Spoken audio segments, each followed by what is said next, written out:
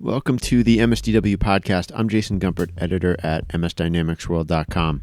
On this episode, I am speaking with Paul Soliman. He is the first business applications MVP in the Philippines. He founded 2 companies there and has founded and grown a national Microsoft business applications community as well. On this episode, we discuss Paul's professional history, his approach to business leadership and entrepreneurship, some of his favorite Power Platform use cases, and other new Microsoft technology that he's particularly excited about. We also talk about his early experiences as an MVP and what's next for his community. Okay, Paul Soliman, welcome to the podcast. Thanks for joining me.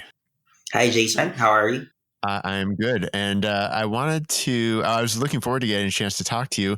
You participated as an interview subject in an article recently that we published, and it was really great to hear about your experiences, hear about some of the projects that you're taking on, including multiple businesses that you have co-founded. So I'm really excited to get into it. Maybe we could start by just telling our listeners a little more about who you are and some of your work history that's gotten you to this point in the Microsoft business application space.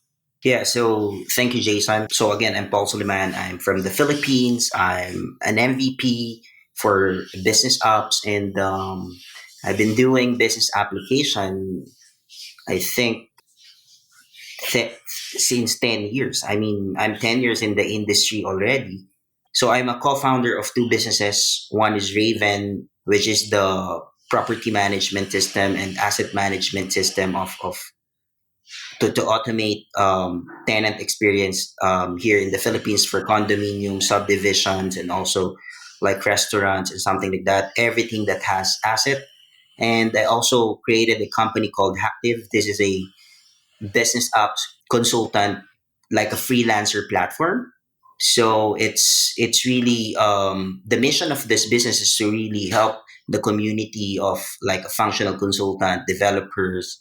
Nowadays we call them citizen developers, to really have this kind of passion, or they can like go with their passion at the same time they earn money out of doing that.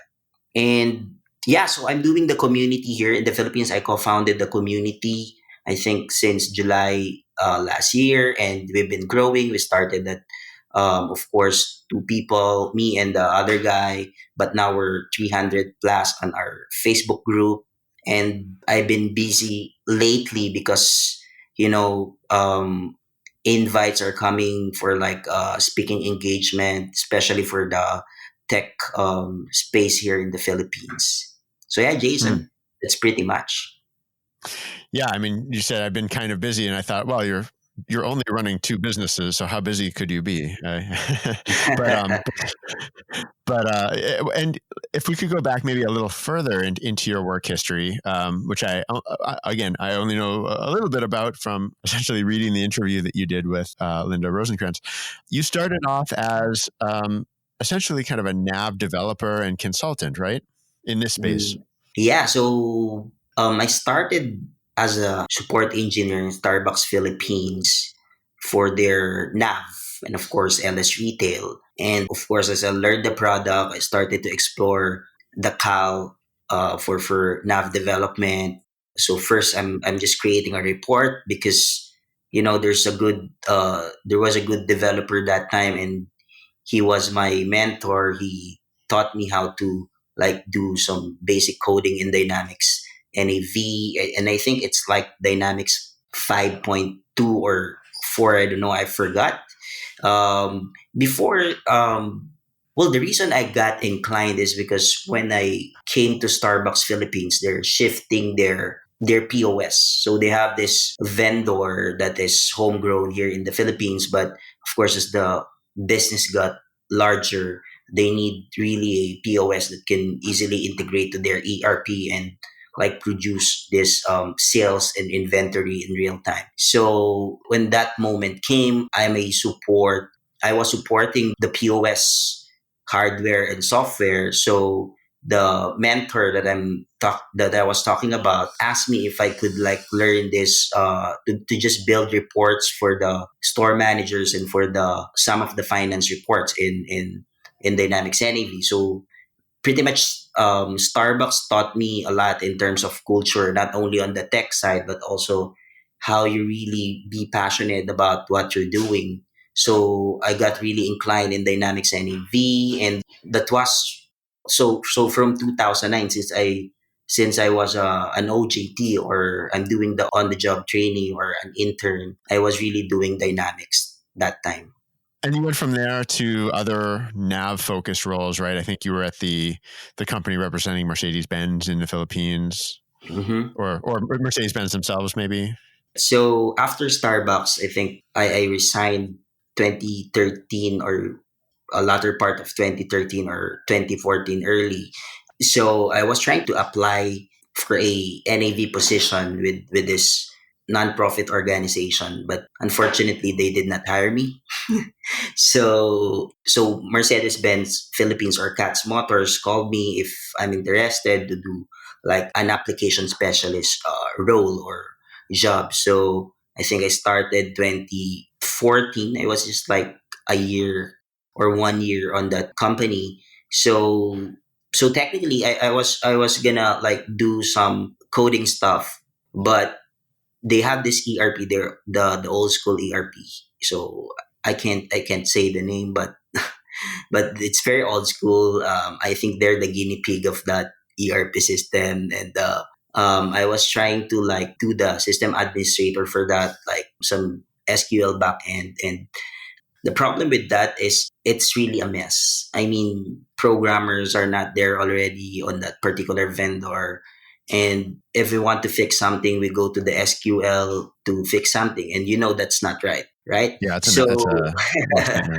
yes, so audit is not good, something like that. So first, because on that time, so I really don't know that I'm gonna have this Microsoft Dynamics career again. So I was focused on doing open source application, like of course it create an open source farm using Ubuntu or Linux, then installing open source ERP there, creating my own ERP software, and also implementing open source ticketing system for them.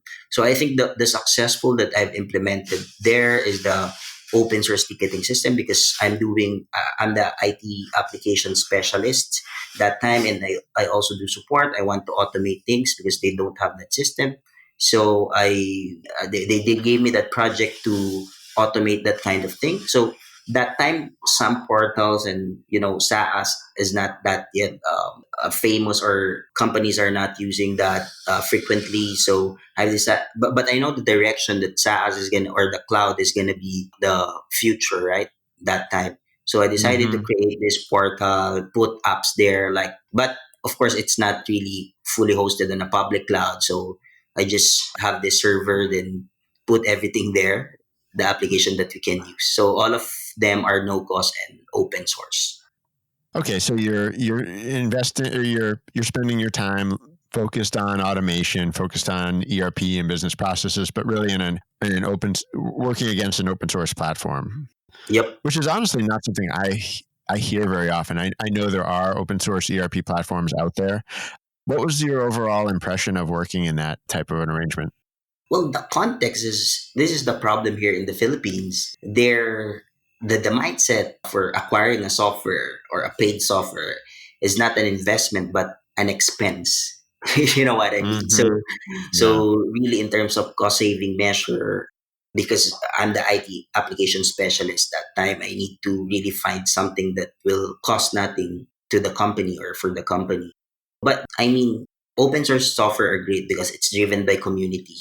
The Right. only problem with that is you, of course, do it by yourself. It's a DIY. I mean, you need to set up install it on the server. Like for example, for some of the open source, it's running on the SAMP, right? So yeah, it's PHP. Really, you set Okay. up those kind of the PHP my admin, that my SQL. You set up those kind of things, and I think if you're gonna do that, you'll be like spending the whole month troubleshooting the tech side of, or the infra side of that application, whatever is that.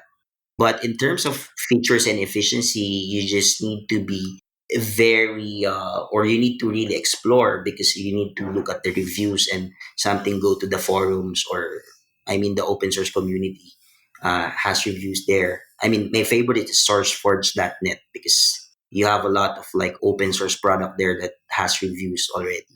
Okay. So from there, this is still pre-Power Platform, and really you've been focused on ERP. Well, what came next for you? Well, so I think I was gonna get married that time, and so this company called Sage Up Solution.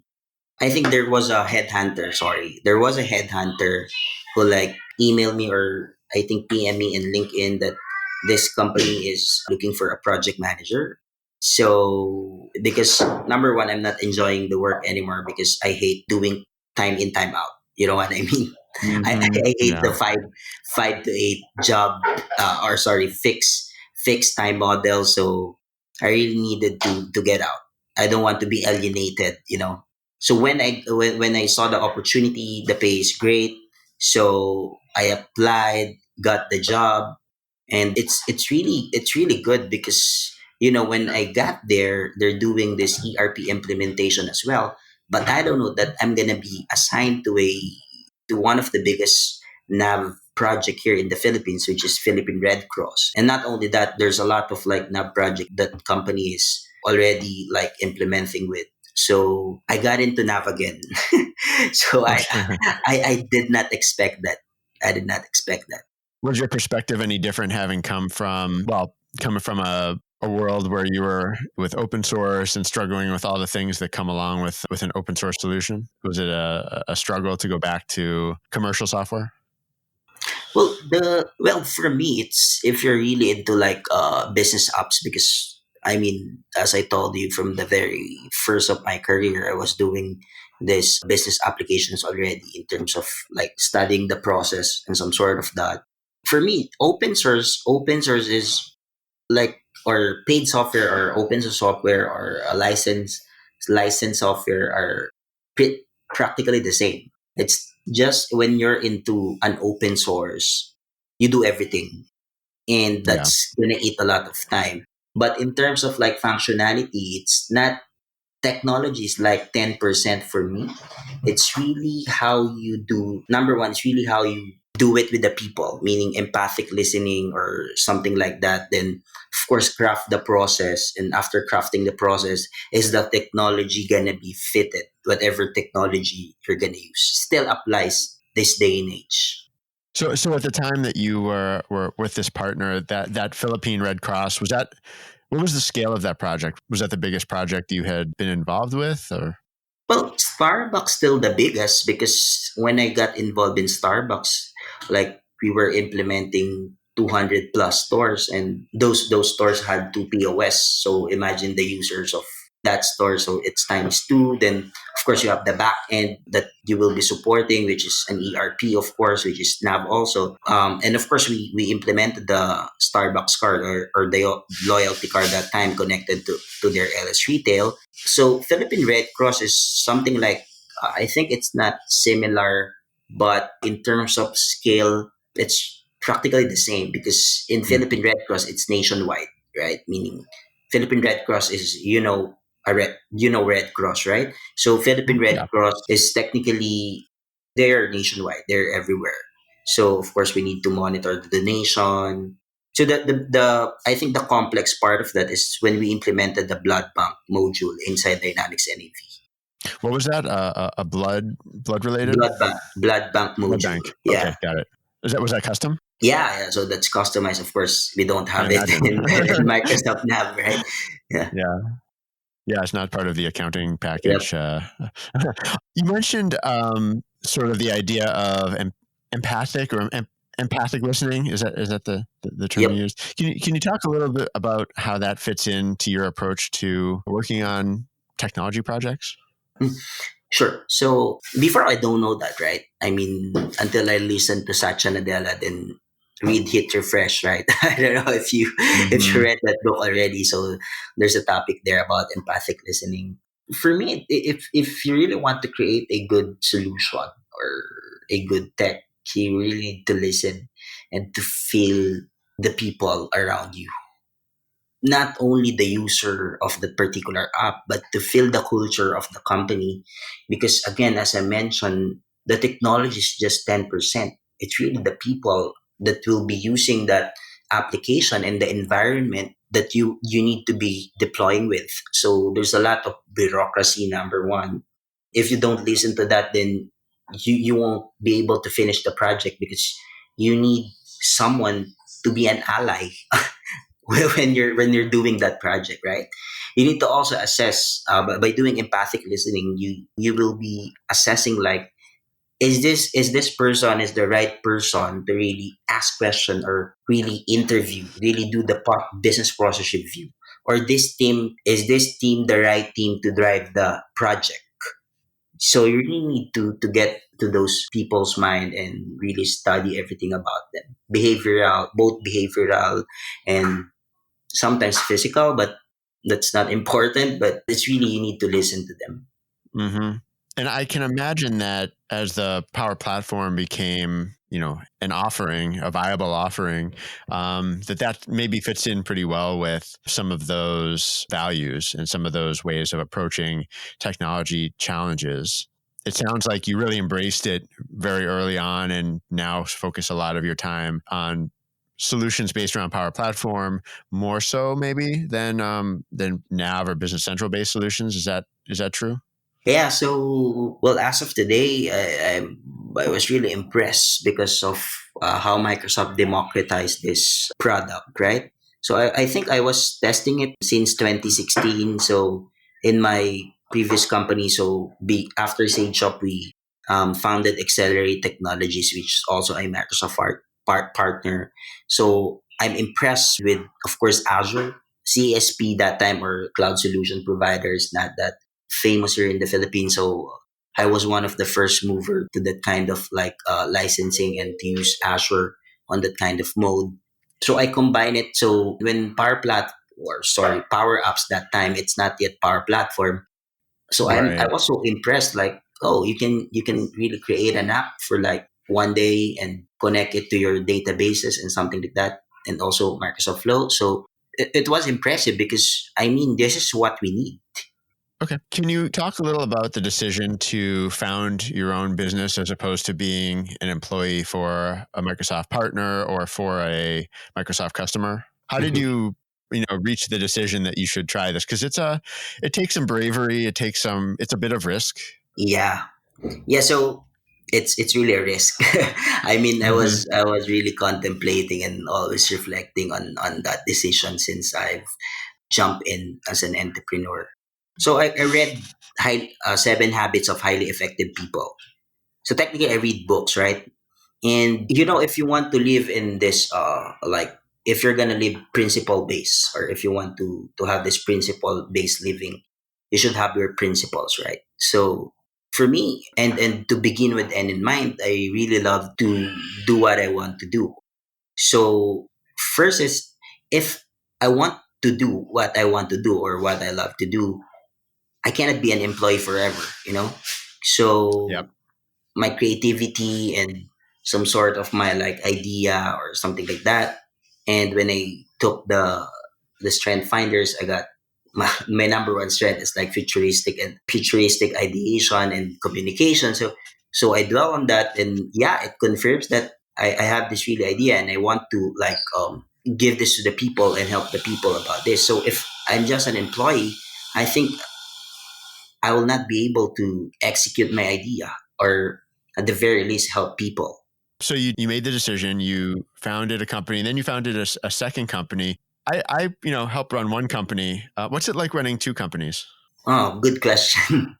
Me, this focus thing that they were saying, right? It's true that you really need a focus, but um, one of my heroes today is Peter Diamandis.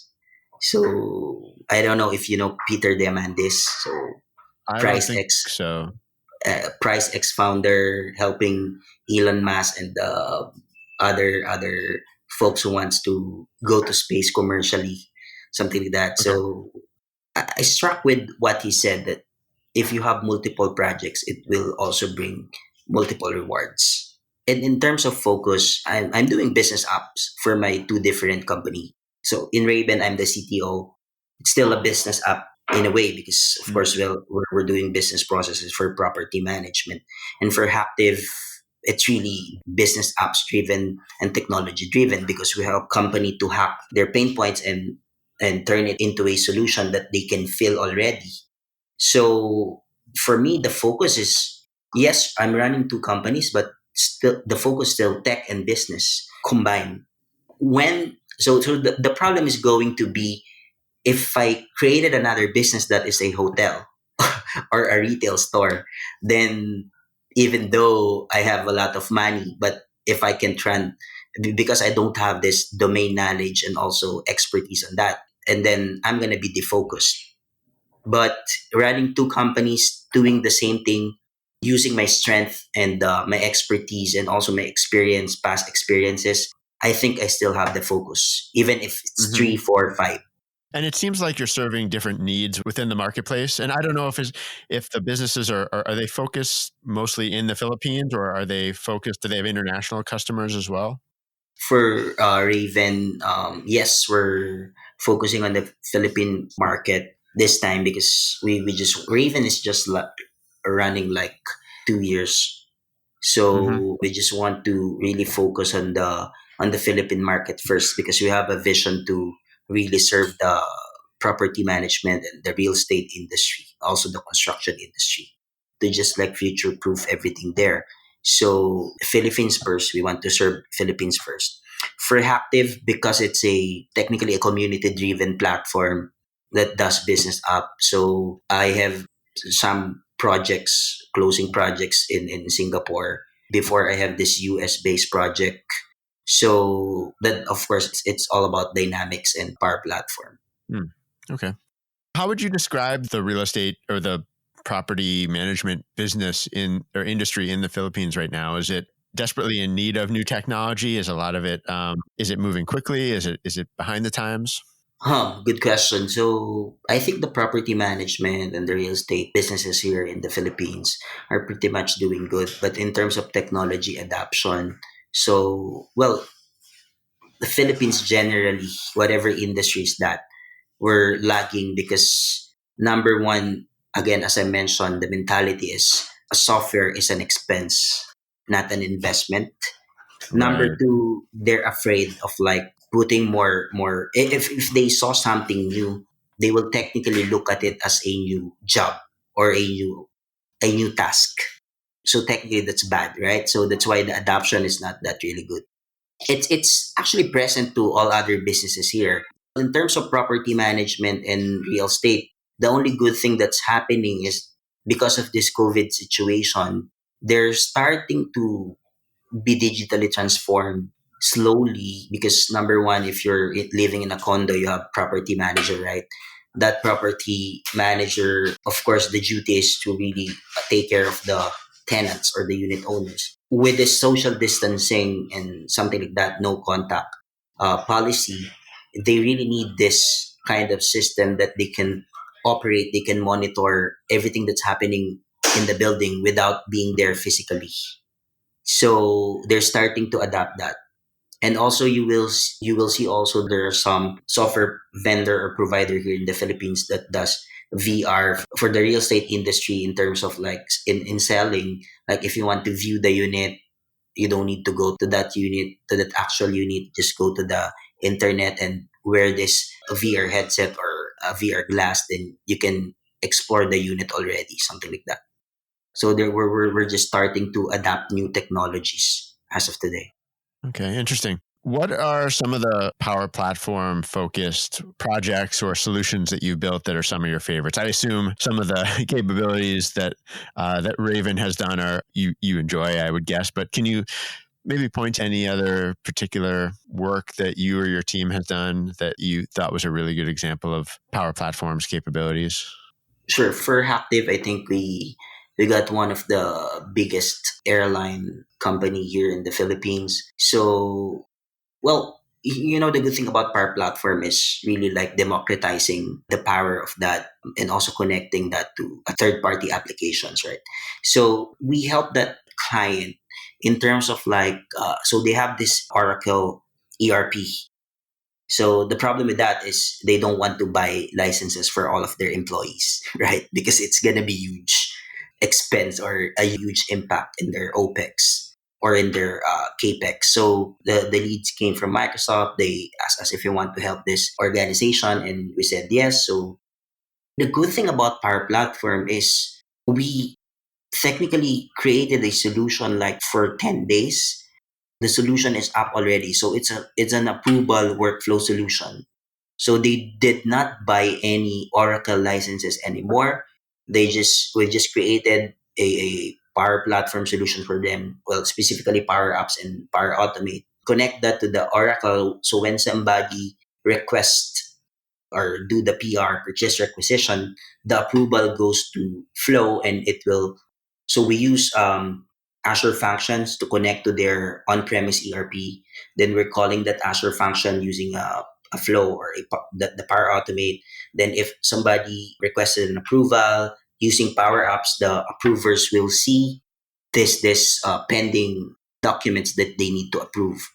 So we just created the, like, I think it's 90% complete on the 10th day. So with just like aesthetic is, the problem is the UX, right? You created the whole solution, but you need to please the user because they really want this to be a good user experience. So we work with their IT org to really fix the aesthetics and some of the UX UI issues, and we co-develop to them. That's the good thing about Power Platform. I mean, the problem here in the Philippines is some of the partners are, they don't want to share secrets, right?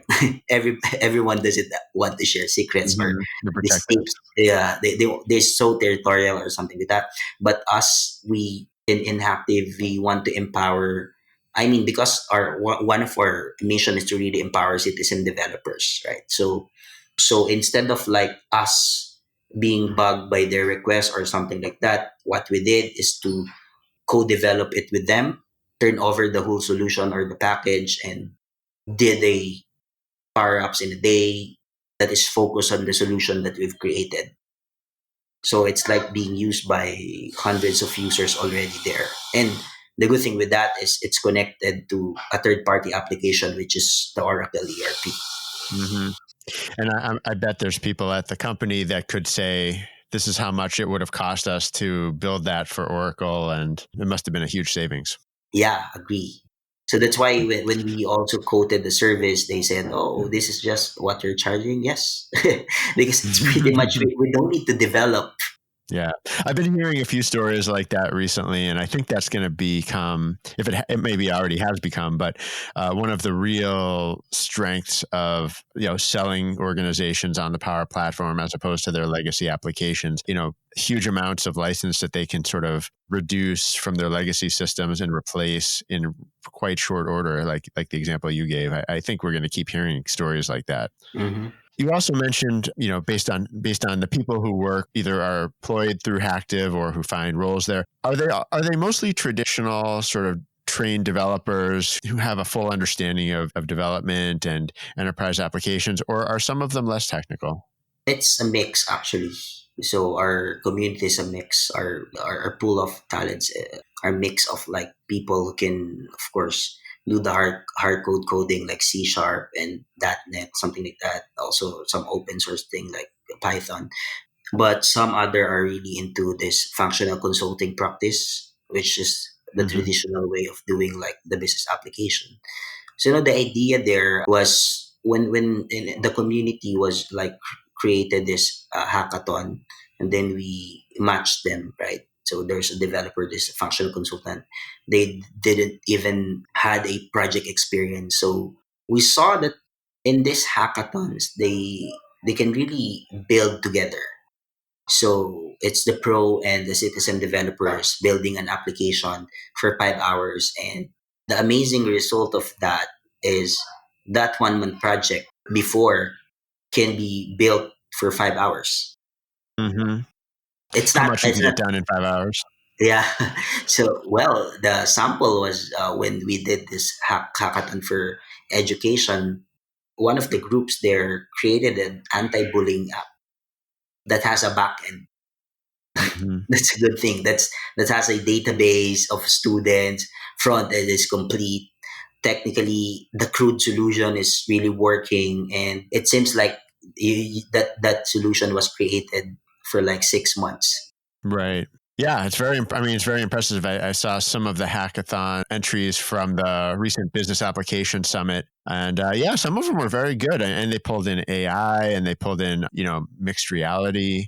It's funny how far people can push whatever the best new technology is. They'll manage to incorporate it into a 12-hour or 24-hour, hackathon project. Actually, Um, Hacktiv was created because of that.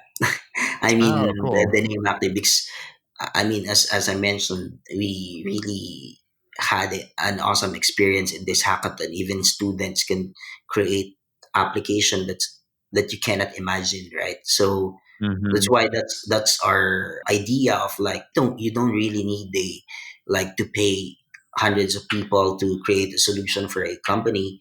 You just need this kind of team that is so intact, putting pressure in terms of time, because like a hackathon mindset. So one of the principle of Hacktiv is really like to work like in a hackathon, and so that's one of our principles. Okay. So you only recently became an MVP. I wanted to ask you, how's that been? Have you learned anything interesting? You probably can't talk about some of the details you learned as an MVP, but how's it been overall? Well, MVP is really crazy, man. I mean, in terms of the growth, Microsoft is really giving us tools to really grow 50%, Hmm. meaning these tools, you cannot, if you're not an MVP, you cannot get it, something like that.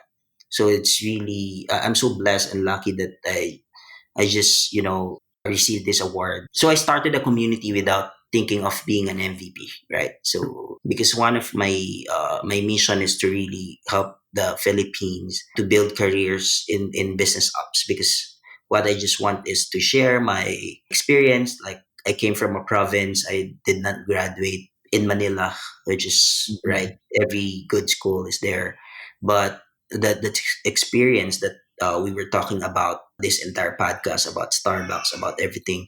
So when I learned how business works because of implementing business apps, it's made a way for me to really create these two businesses and creating more businesses. But what I want to give back is to really go to this, I mean, fresh graduates in the provinces and really teach them that, or just inform them that you have an opportunity if you learn business applications. And I think if we do that, we're accelerating the quality of life in the Philippines. Yeah, that's great. That's really interesting, and it makes a lot of sense. Yeah. So now you came from another part of the country. Now you're in Manila. I think I even saw on your I think on the Raven website. Your offices are right in Metro Manila, right? Right in the Yep.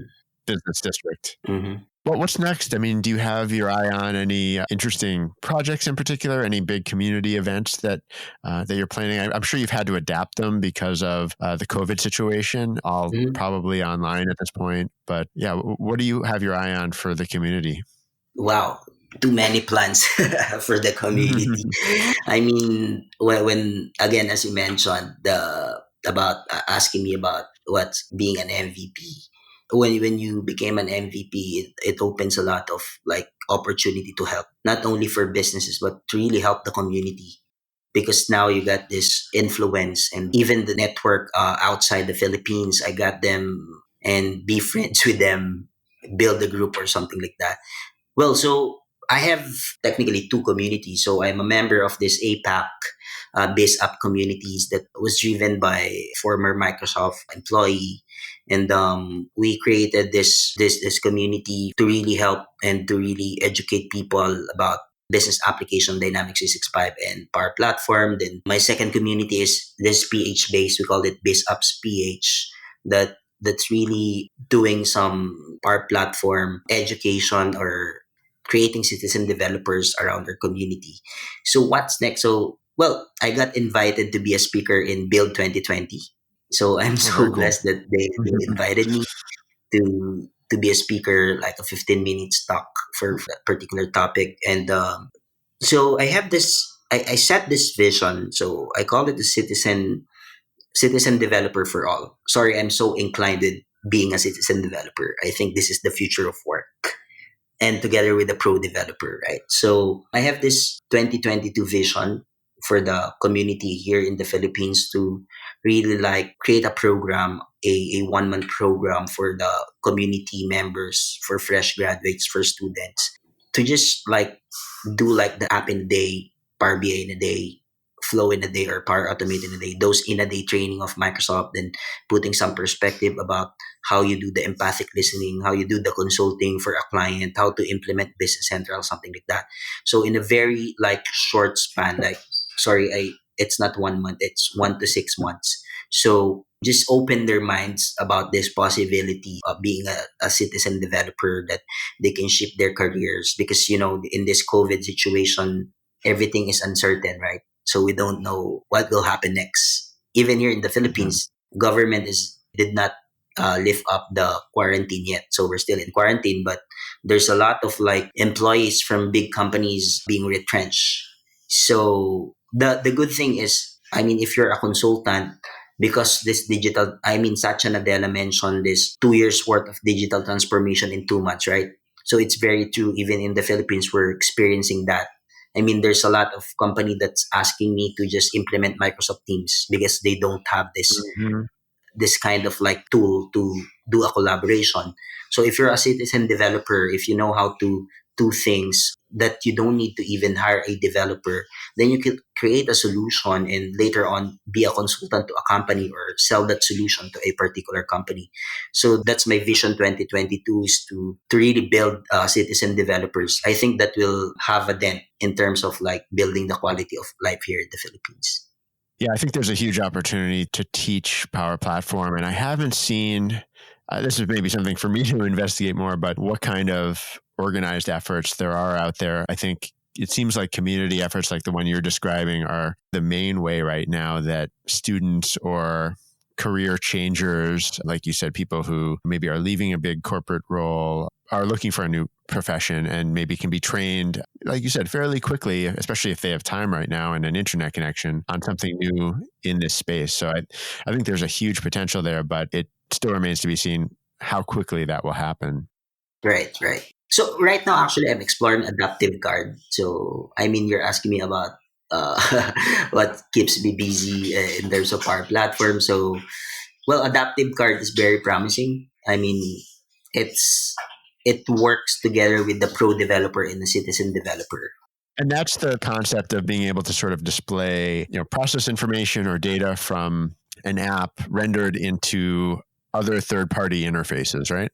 Right, and it's very good and working well with Power Automate and Teams. So if Okay. you don't have a time to like create a power up, so you want to capture data or even like do an announcement and or update a CRM or your Dynamics 365, you can use Adaptive Card to really be the front end. Okay. Yep.